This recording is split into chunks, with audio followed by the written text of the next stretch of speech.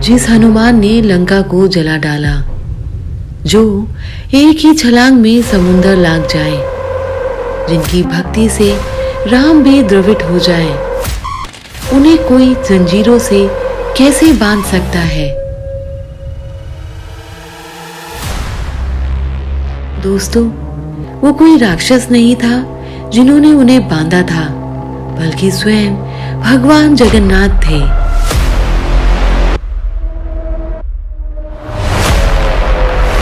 जी हाँ, क्या आप इस बात पर यकीन कर सकते हैं? हनुमान, जिन्हें कोई रोक नहीं सकता, उन्हें भगवान ने ही रोक दिया। आखिर क्यों? कौन सा ऐसे भय था, ऐसा रहस्य जिसके कारण महाशक्तिशाली हनुमान को भी जंजीरों में बांधना पड़ा?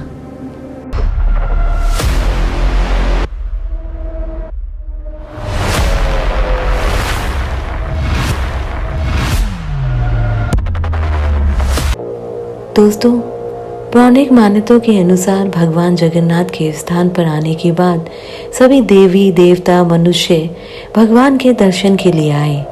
सभी भगवान जगन्नाथ के दर्शन करना चाहते थे। सभी को दर्शन के लिए जाते देख समुद्र के मन में भी आया कि वो भी इस मंदिर को देखने जाए, और उन्होंने कई बार मंदिर में प्रवेश करने का प्रयास किया, लेकिन उनके प्रयास की वजह से मंदिर और भक्तों को काफी नुकसान हुआ। जब समुद्र ने कई बार मंदिर और वहां आने वाले भक्तों को हानि पहुंचाई, तब सभी भक्तों ने भगवान जगन्नाथ से इस समस्या का समाधान करने का आग्रह किया, क्योंकि समुद्र की भगवान के दर्शन की लालसा के चलते भक्तों का दर्शन कर पाना संभव नहीं हो पा रहा था। तब भगवान जगन्नाथ जी ने हनुमान जी को समुद्र को नियंत्रण करने के लिए नियुक्त किया। पवन सूत्र ने समुद्र को बांध दिया।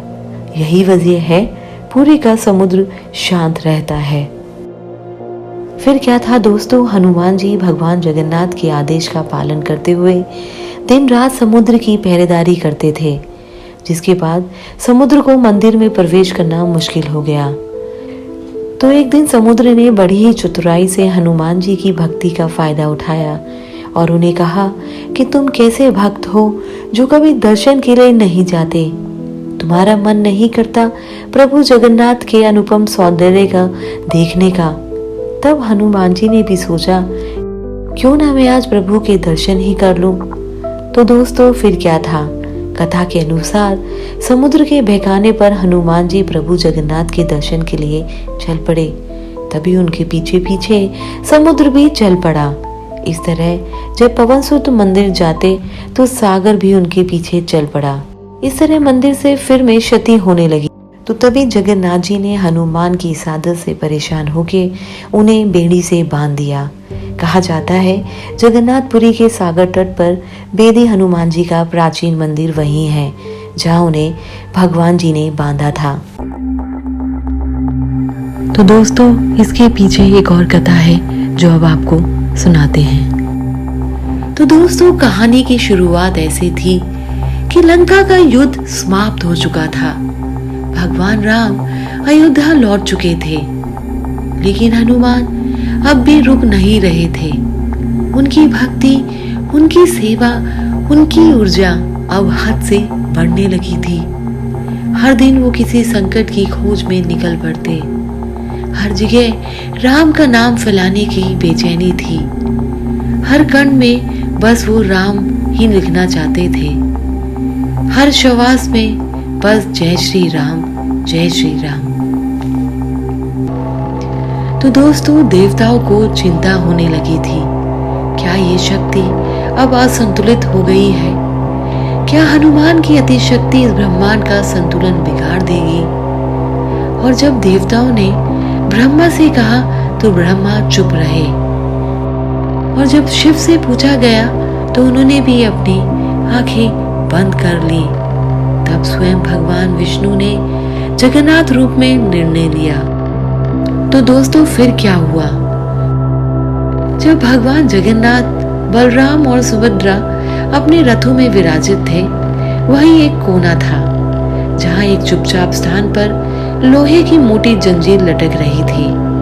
लोग कहते हैं ये बस एक प्रतीक है, लेकिन कुछ साधु, कुछ तांत्रिक और कुछ पुराने ग्रंथ बताती हैं वो जंजीर उस हनुमान जी के लिए थी जिसे भगवान जगन्नाथ ने स्वयं बांधा था। कहते हैं जब जगन्नाथ रथ यात्रा पर निकलते हैं तो हनुमान आगे बढ़कर हर बाधा हटाने लगते हैं, पर कई बार उनकी शक्ति इतनी बढ़ जाती थी कि वे नियम भी तोड़ देते थे। तब भगवान ने आदेश दिया हनुमान को सीमित करना होगा ताकि संसार का संतुलन बना रहे। तो फिर क्या हुआ दोस्तों, जब हनुमान को रोकने की कोशिश की गई तो सारा जगत हिल गया, पाताल से लेकर स्वर्ग तक कांप उठा। हनुमान ने पूछा, हे प्रभु, आपने मुझे ही क्यों रोका? जब भगवान जगन्नाथ बोले, क्योंकि जब शक्ति मर्यादा लांघती है तो स्वयं ईश्वर को ही हस्तक्षेप करना पड़ता है। हनुमान झुक गए, लेकिन वो जंजीर आज भी वहां लटक रही है। तो दोस्तों कई बार कोशिश हुई उस लोहे की जंजीर को हटाने की, पर हर बार किसी न किसी को सपना आया, इसे मत हटाओ, यह शक्ति को बांधने वाली मर्यादा है। कुछ कहते हैं यदि वो जंजीर हटा दी गई तो हनुमान की अपार शक्ति फिर से जाग उठेगी और संसार को संभालना कठिन हो जाएगा। दोस्तों आज भी इस स्थान पर साधु गुप्त पूजा करते हैं।